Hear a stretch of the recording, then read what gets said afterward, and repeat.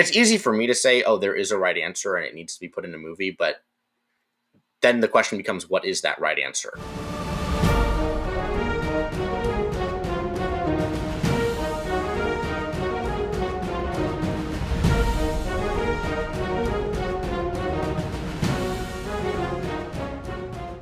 Hello, ladies and gentlemen. Welcome back to another episode of A Lost Plot, the podcast by storytellers for storytellers so that we can tell better stories ourselves. As always, I'm your host, Maverick, and today we have back with us one of our favorite guests, Andrew, to talk about the first in Christopher Nolan's iconic series, Batman Begins. It was a film that was written by Christopher Nolan and David S. Goyer in the screenplay, and of course directed by Christopher Nolan, released in 2005. Anyways, those are all the details. We don't really care a whole lot about that because what we do care about is the story and what we get out of it. So, Andrew, when you watch this film, what is your impression of the film? What was the biggest thing you take away from watching this? I'm Batman. Okay, here we go. It's a good story about overcoming one's fears. I know, I had to say something cliche there, because, yeah. Anyways. Okay, nice. Yeah, I mean, it's definitely, it was good enough and iconic enough to start that they made two more, so there's something to be said there. Beyond that, I know that this is definitely a film that has a lot of just imagery and symbolism and like themes that they play out very well, and that is definitely a great case study in that regard. Maybe almost too much to some degree, but overall they did some things right and well enough that they had two films after it, both of which I think are even more iconic than this one. So they definitely started it off on the right foot, though. Anyways, we'll get into that today. But before we do, Andrew, do you have your rating of this film and a summary? I'd give this movie like a 6 out of 9, be a 5.5, somewhere around there. It's good, but it's not that good. Sure. And that's not too far from where I was personally. I gave it a 6.25. So pretty solid. Do enjoy watching it. Not my favorite film, right? Mhm. That's what you get with this one. It's definitely a solid start. Yeah. What was your impression? Actually, no, before we get into the whole review, of course, we have to get a summary for people who are not familiar with this film. If you haven't watched this 2005 film, why? The next ones are well worth the watch for sure. This one is also worth the watch, but the next ones are even better. So, what is the summary? What is this film about? This movie is a movie about Batman in his beginnings. Wow, who would have thought? The movie starts off with the first, I would break it into thirds, really. The first third of the movie is kind of a mixture of flashbacks from Bruce Wayne kind of going through his early life, starting with the death of his parents, his training, his time with Ras Al Ghul, and then his kind of coming into the Caped Crusader that he will become. And that's kind of the second portion of the movie, is his first, I'd say like few months probably, working as Batman within Gotham City. And then the last act is him realizing how far the corruption goes, to the extent that it comes full circle. And he realizes that Ras Al Ghul is the one behind all of this increased corruption. And then he kind of comes to term with that, fights Ras Al Ghul, and there's a climactic battle scene at the end, as there is with every superhero movie. And he wins. Surprise. Wow. Crazy. Yeah. I mean, most superhero films and like that, so that's not incredibly surprising, but especially if you're gonna have sequels, you gotta have that for starters.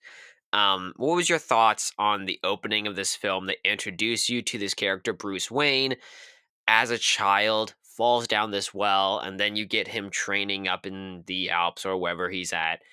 Actually, that wouldn't be the Alps; that would be middle of Mongolia somewhere. But yeah, what was your impression of the opening of this film? I enjoy the opener. I enjoy watching the little bits and pieces of his life as they progress. I think they do a good job also of kind of speeding up the process of showing you all of his life by just focusing on the important parts. But you also Mm-hmm. do get little bits and pieces there because you have like the instance when he does go to join the criminal underworld, and he sees like he is stealing from Enterprises, and like this, it's kind of coming full circle for him. Um, and so I think the opening did good, like establishing the corruption, establishing Bruce Wayne's character, giving him motivations, setting up conflict. So No, definitely they really show him on very quickly developing as a character, which I thought was really interesting. Um, the one thing that stuck out to me starting off was how they instantly anchor you in the issue of the bats falling down the well and his fear of bats, and how that's a big motivation for the persona he takes on, because he recognizes that he needs to overcome his fears, and part of that is through the education he gets by this Ras Al Ghul and the entities that are present there. The training that he gets there is this idea that you need to face and overcome the problems of the past to some degree, in order to move forward. So I think that it was definitely, they anchored you really well to start, is maybe where I'm going with that. That they show you these things that are important for developing his character later on, including key things like his fear of bats, right? His parents dying, his desire for revenge against this man who killed his parents. Things like that are all key. So yeah, really, yeah, they definitely started off on the right foot. What was your thoughts of especially the training montages that introduce you to Henry Ducart, who's this character, who's the main liaison between the Ras Al Ghul and the League of Shadows and Bruce Wayne, and the training that he gets? I like Ducard's character.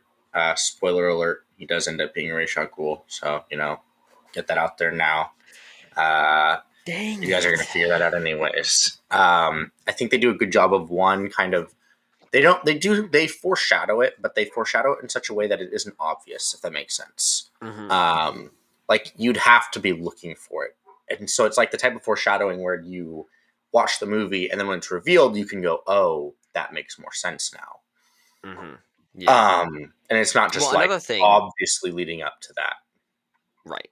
Well, another thing just interesting about Liam Neeson from the time is that Christopher Nolan intentionally chose Liam Neeson because he was taking on a lot of roles at the time that were like type roles, where he was the good guy helping this other person overcome some situation in their life, or learn something, right? And so the idea that he could actually be the villain was somewhat surprising, because he was not typically cast in that role. So there was some things that I thought were at least an appropriate head nod in regards to the planning of this film, in that he understood the context of the time for this actor and helped use that to subvert expectations. So, not a huge thing that plays into the plot itself, but more so creating the right atmosphere for everyone who's watching it to fully be impacted by that revelation as much as possible. Yeah.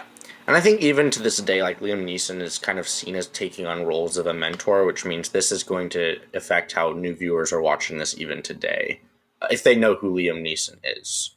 Because like Promise me you'll train the boy.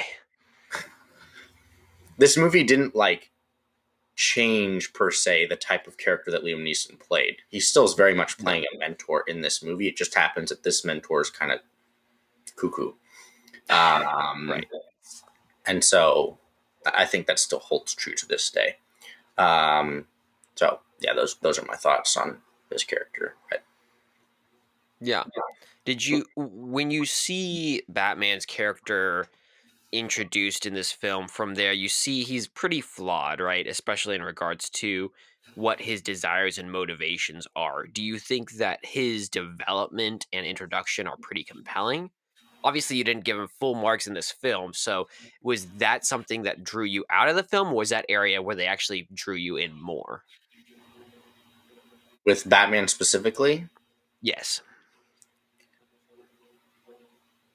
I think Batman in the beginning of this movie, at least, I had no problem with him. I think he has great motivations for doing what he is doing. I think they have a very realistic way of showing his emotions and reactions to circumstances that he's put through. He has a very real human reaction to like his parents dying, and like you can they play it off very well, and showing that like even into his adulthood, this is something that he carries with him, and it affects the way that he goes about his day to day life, and then even to the point where he's fighting people. Like this is pent up rage that he carries with him throughout his entire life. And so I think Mm-hmm. for that, again, I break this movie into like three segments. And so in the first segment, I think his character is great. Like Bruce Wayne's character is very compelling, very convincing. I would give him 10 out of 10 if we were just talking about this portion of the movie. Mm-hmm. Yeah. Do you think in regards to especially his character being this coming from this place of revenge as a motivation to some degree in regards to how he takes on this persona, right? Now he's the Batman. Now he's this vigilante who's trying to promote justice, but in a way that is not according to the law. Do you think that what he stands for is developed well, and this interplay between revenge and justice? How do you think that thematic dichotomy plays out? Yeah, what were your just general impressions of that specifically? I think ultimately the movie does come down to this question of what is the difference between revenge and justice. Mm-hmm. And I think they do a decent job of not they don't really give you an answer, if that makes sense. It's more like they leave that answer up to you as the audience, because even Batman is kind of questionable about the things that he does. Like, at what point does something become justice, and what point is something vengeance? Batman draws the Mm-hmm. line at killing. If you kill someone, then it is now wrong. But at the Mm-hmm. same time, Batman does a lot of things that are kind of like, is that justice either? Like Mm-hmm. torture, throwing someone off a building, and then catching them right before they go splat. Mm-hmm. Um, Yeah. and so, like you have Batman's vision of what is justice, and he labels Ducart or Ras Al Ghul in the League of Shadows as vengeance. This is not justice, but to them, this is justice. And so you have different Mm-hmm. depictions of what is justice. And to the League of Shadows, there is a level of corruption, and they almost view Gotham as basically Sodom and Gomorrah, and it needs to be Right. wiped off the face of the earth. Whereas Batman is more, no, these people can be redeemed, and this is like a big part of like the following stories too. And there's this dialogue between Ra's al Ghul where he basically says like these people cannot be saved. Mm-hmm. Leave them to their own devices and look what will happen. And this is definitely a theme that is very heavily emphasized throughout the second and third movie as well, to a further extent. This movie is more, I think, setting up Bruce Wayne and Batman's perception of what at what point is someone too far gone. Mm-hmm. And to him, Gotham is just it's interesting because then it becomes questions too of nature versus nurture. Is humanity ultimately evil, or is it simply the environments they're being put into?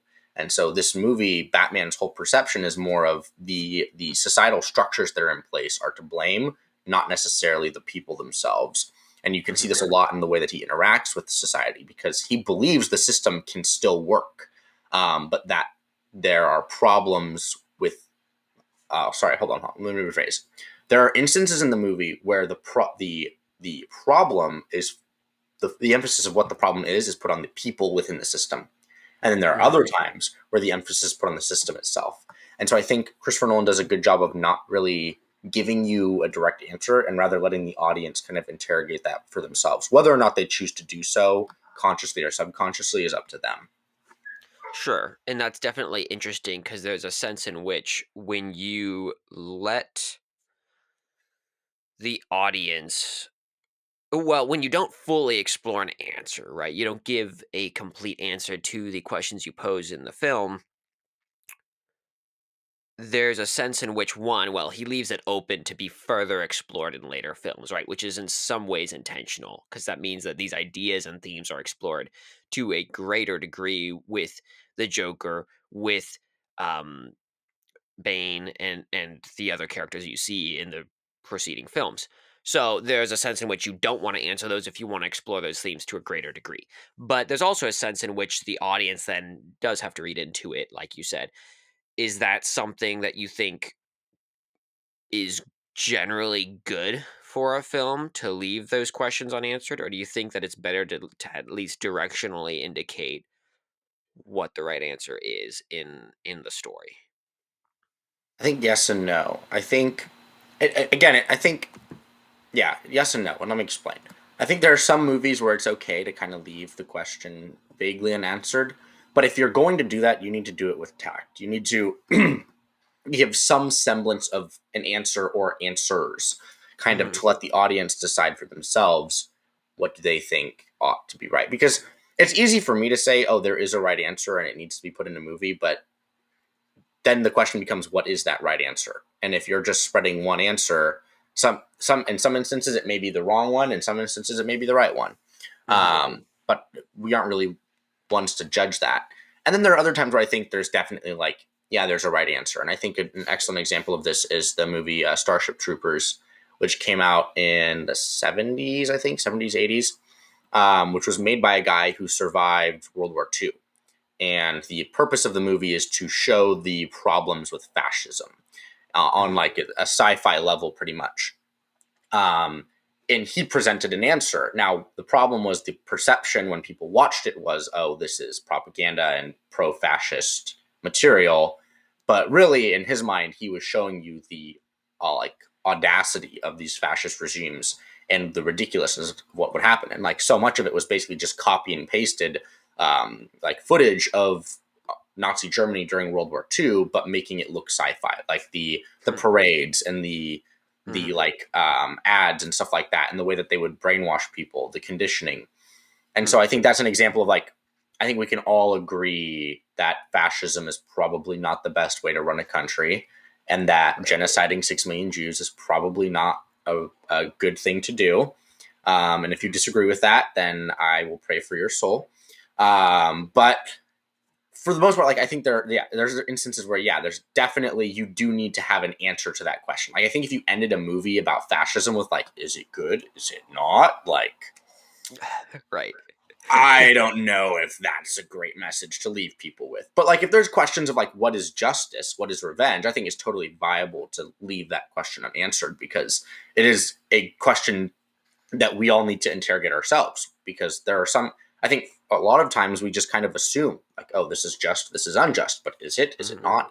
And so I think this is an instance of like a certain theme where leaving it not completely unanswered, but leaving it like open ended to the audience is definitely something that's acceptable.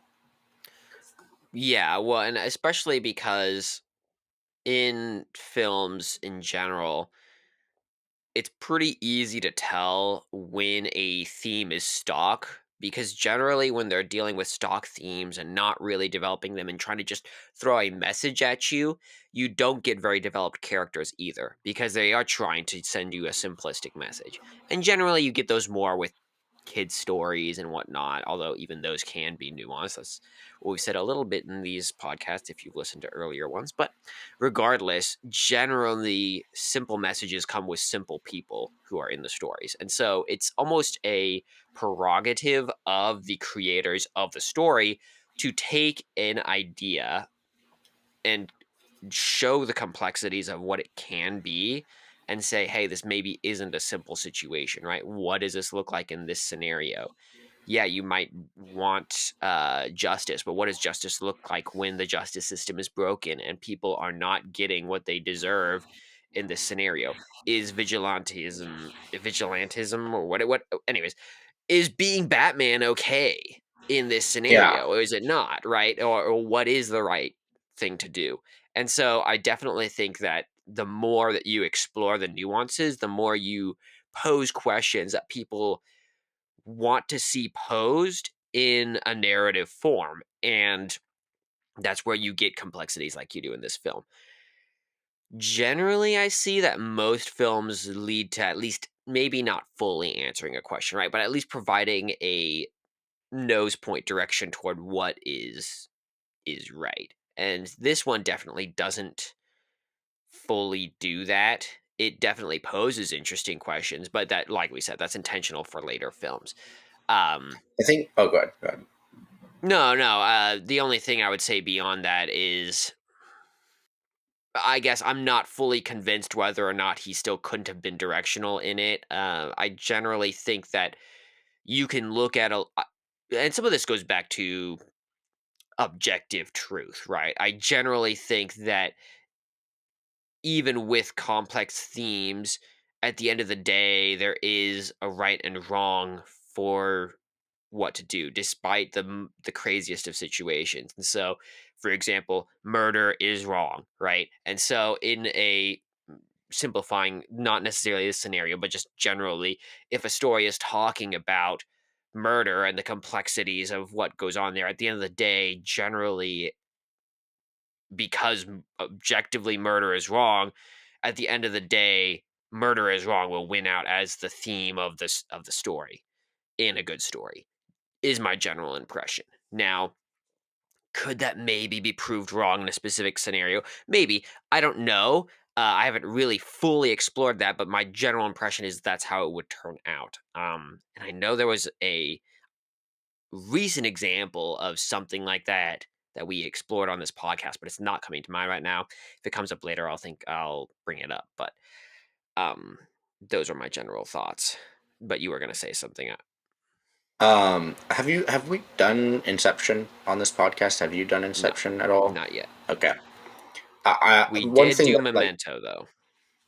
okay. One thing that comes to mind when thinking about like unanswered questions is Inception, and I think a big question that Inception asks is what is what is real, and if everything isn't real, is it bad?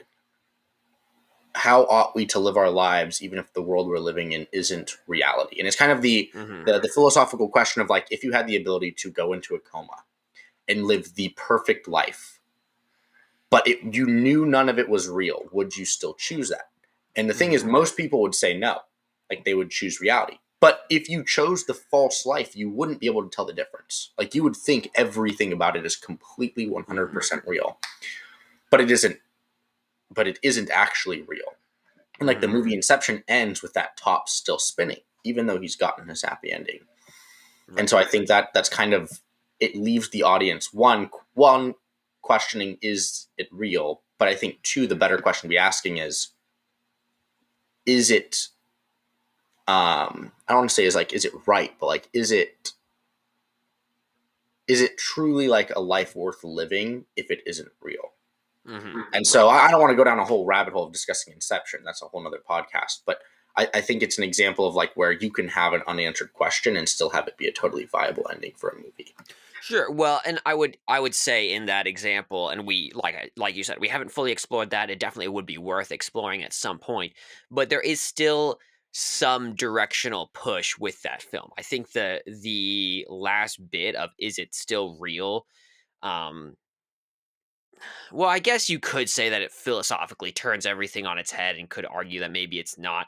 But at the very least, he is striving for living in reality, right? And so the even with that, you get a directional intention in the film that yes, living in reality is the best thing to do, right? We want to be living a life that is to full extent vibrant and alive. Like this idea that we are not living in a fantasy world is important to us to some degree or another, and that's portrayed in that film. Um, yeah, I do think that's an interesting side tangent to go down. The other thing too is that with some of these films, generally when it has a bad message, the film is pretty explicit that that message is not good. That's a sobering thing to take away. So, Memento, have you seen Memento? I don't think so. Oh, okay, well then I won't say that. Okay. Um just because you specifically should see Memento.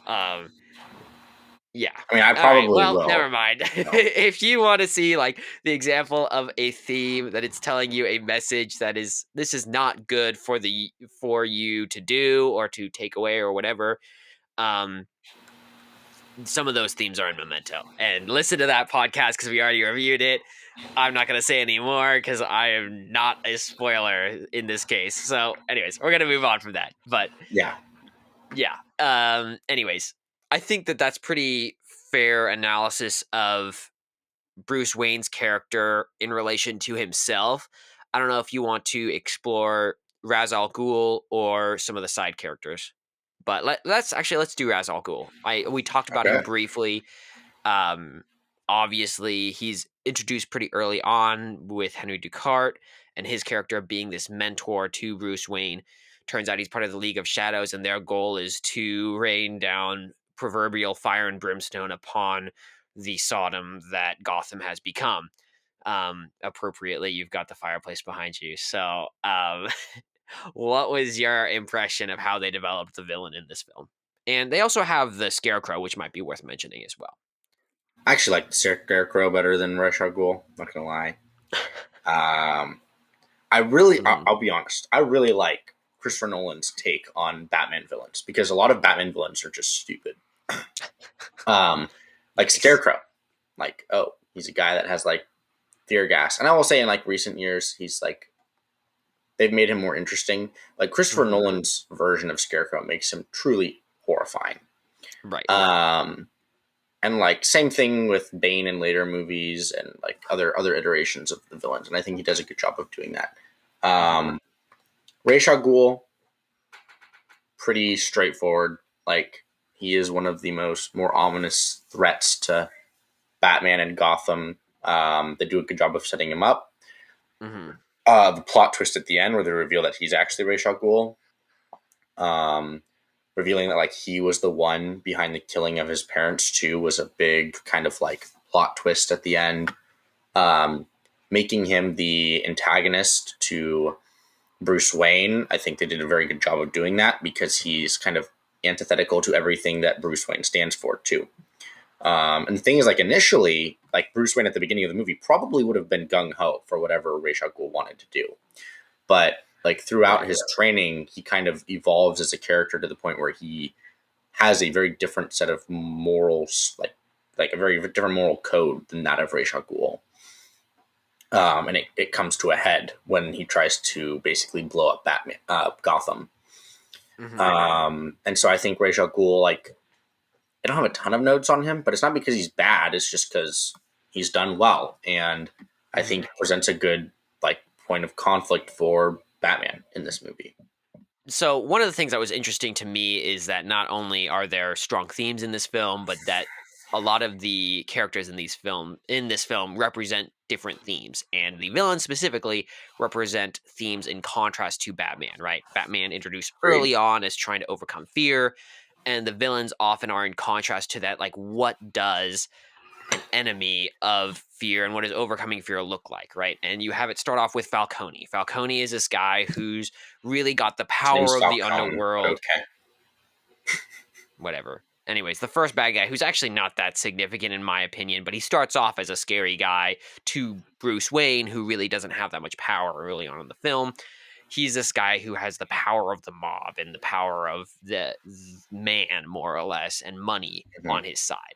And what does fear of that look like, and overcoming that, and the motivations of that, right? And then you have him thrown to the side to some degree, and then you have Scarecrow. And Scarecrow represents this almost primal fear, this instinctual fear, this idea that you are just faced with what comes before you, and your instinct is to run away, right? And then you have Ras Al Ghul, which is this cool, calculated, this is the way things need to be. And there's a sense in which he's devoid of fear. It's stoic, it's calculated, it's very contemplative, and it's a force that just goes on throughout time, right? This is the idea of the League of Shadows, that we will progress and survive and continue to sow chaos no matter what you do to me specifically.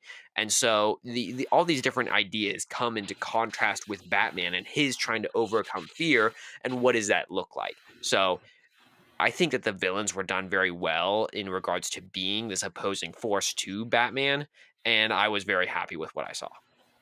Yeah, Nice. All right, so let's talk about some of the side characters, and that should be pretty much the main thrust of this film. We'll get more in the next ones, but what are your thoughts on the character of Rachel Dawes? I think Rachel Dawes' character is supposed to represent one thing, but In my mind, she just represents the annoying female lead that all women have played for like the last 20 years. And then we were like, well, women are getting boring. Why don't we make them into the male role and make them interesting? And then we get people like Captain Marvel who suck. Um, so Sure. I'm also just being a hater right now because I don't know. Like I liked a lot of this movie, but I think her character is stupid because she's like, "Oh, I like Bruce Wayne, but I don't." And now I might like Bruce Wayne because I realize he's Batman, but I can't date him because that would be lame. He needs to be Bruce Wayne, and then in the later movies, she's even more stupid. So Okay. Generally, I think she's better in the second film than this one, but yeah, I mean, you're not wrong. But it's also because she actually has some significant tangible value on the plot in a different way in later films, which of course if you've watched them, you know what we're referencing. If not, watch the films. But Rachel Dawes definitely has some thematic ideas of justice with her. She is somewhat the go girl, I'm going to take on the bad guys type thing. So, a typical idealist, um, a little cringe stereotyped, idealist. I'd agree, but not I wouldn't say she's a terrible character. She is a motivating force for Batman, which is, As great. is all women, Lol. as Well, are all women. Women are typically a pretty good motivator if you have a guy who's the main character. oh, okay, gotcha. I was like, I mean, there was definitely some girls that were just there to give a impression that Bruce Wayne was the playboy philanthropist, That he was which he clearly horny. was not. He was a horny guy. Sure. Yeah. Anyways, that's fine. We don't need to dwell on her. James Gordon. What are your thoughts on James Gordon as a character? Jaime Gordon. No.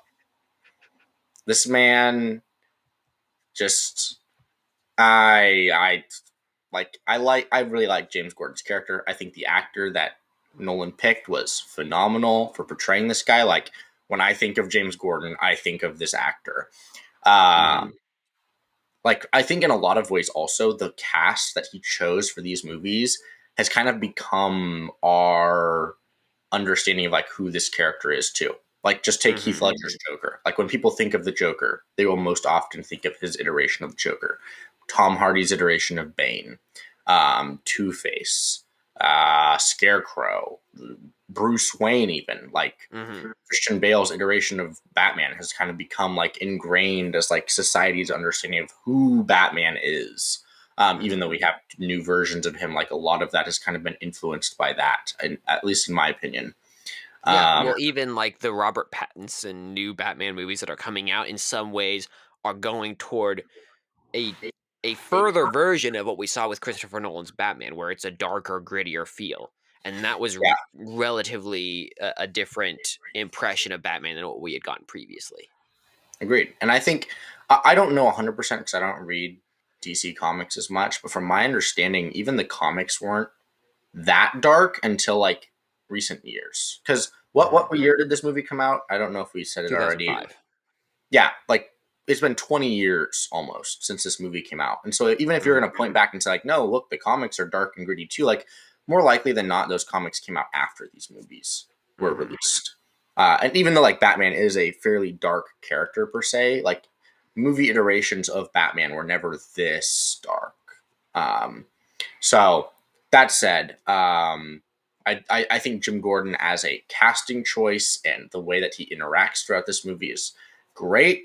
I just don't think that his character adds all that much to the plot and that like his side quest really accomplishes all that much. Like he doesn't really grow his character. Well, I think, and he's one of those ones that develops more as the films progress because, And and once again, going back to the themes, I think everyone in this film tries to represent something almost too much, right? You have so many different ideas and messages being conveyed by different people that you don't really know exactly what to grasp onto. Thankfully, Batman is the protagonist and his themes are pretty strong, so you generally try to grasp that. But these other characters, there's so much you kind of get lost a bit. So that being said, Jim Gordon generally, in my mind, represents this idea of integrity, right? Trying to stand up for what's right in a corrupt system. And so, him, early on, he's really not a big part of the franchise in this film. He just introduces himself and shows what he stands for, right? And he develops in this film, but he develops a lot more in later films.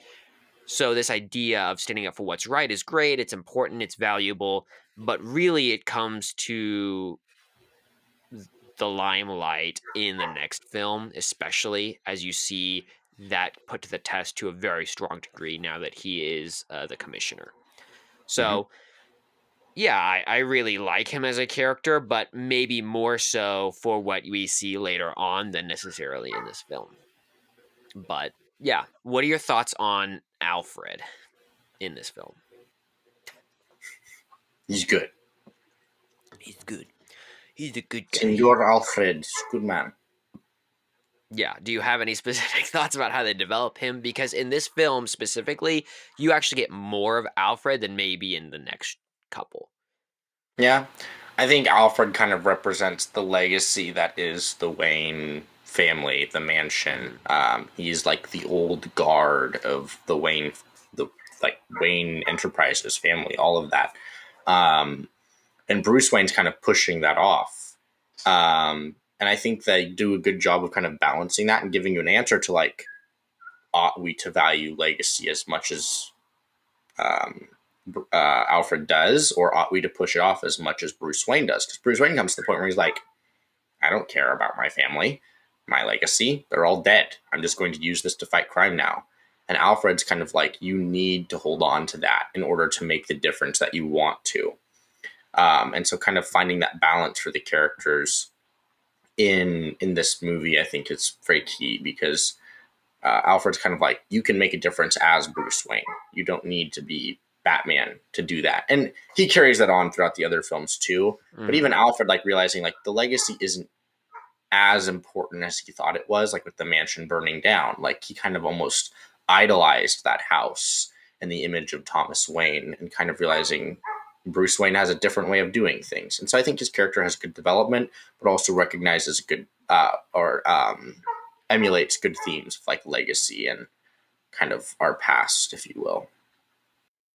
Yeah, I mean, honestly, that's probably all I would say about Alfred. He's a great character, very well developed. I think the idea of Batman trying to really remake his life in some way is a very strong contrast to the legacy that Alfred's trying to hold to and him trying very hard to remember the past and to respect the past that the Wayne household has come from. It's a great contrast and adds some great tension in the film. But so he's a great character. You see him even less in later films, but they really provide a very strong aspect to him in this one, and it's great. It's a great introduction. So nothing really different there. Obviously, this film had two sequels after it. They're more memorable in some ways than this one. What is your thoughts on the lasting legacy of this film and how they lead into the future? Um, I think this movie kind of sets the stage for what is to be like superhero movies in a sense. At least for DC, you get a much darker Hmm. tone here. You Hmm. can see this in Man of Steel, which is even a darker take on Superman, if you will. Granted, you can't go that dark with Superman um, unless you're doing like a weird Nazi version of him. And so I think it sets the stage for that. I think for the two upcoming movies, this was kind of Christopher Nolan getting his feet wet in like the superhero genre, and with the success that he had, he was able to make two more, which is where we get like the masterpiece that is The Dark Knight, um, with the Joker and like easily the best one out of the three. In a lot of ways, I think this movie also is just kind of setting up that movie too, which is probably one of its downfalls. Um, Whereas, like, the second movie is great, I don't think it's as great as it is without this movie. If that makes sense. Mm-hmm. Right. Um, which is And that it's go ahead, go ahead. no, go ahead. Go ahead. I think it's one of the downfalls that even movies today are finding themselves with, which is just becoming a setup for the next movie instead of being a movie in their own right. And you have that even with TV shows where you have like an entire season that is dedicated to the setup for the next one or the setup Mm-hmm. for the finale. And it's like each individual episode and movie ought to be an episode or movie in its own right. Mm-hmm. And I think this movie, while it is a movie in its own right, I think it is kind of teetering towards the ledge that is becoming, or like the abyss that is becoming just a setup for the next Mm-hmm. movie. Mm-hmm. And I think it would, movie creators and story writers ought to take note of this and kind of learn what to do and not to do in the future. Which unfortunately I think they haven't, because now we do get movies that are just actually a setup for the next one. Right. Right. Well, and you see where this becomes a problem in a older film that people try to forget, which is the Avatar: The Last Airbender film that came out years ago. And that was very clearly trying to be the first in a franchise of films, but it was so horrible and it was so clearly just trying to set up a franchise rather than be its own great film in its own right, that everyone hated it and the whole thing got canceled, right? So if you don't tell a good story to start, you're not going to tell the next story. And that's because no one's going to watch it. So I think that you're definitely on point there. And they do, to play the devil's advocate, not that I advocate making a setup film for the sake of making a setup film, but in this case, they definitely capitalize off of the setup of this film in the next one, where they start off running, don't really give a lot of filler. They really take everything that they started off with and build on that, versus other films oftentimes don't take full advantage of that. And you see some meandering of the characters as they explore this new scenario. And in this case, they really make sure that they do it justice. Puns And that's something unintended. I think the second movie does well, is it just takes off running from the very get-go. Right. But that's for another podcast. Right, of course. And that's what we will cover next time. So that's the pod. We hope you all enjoyed. We will be back as we always are next week. See you all then.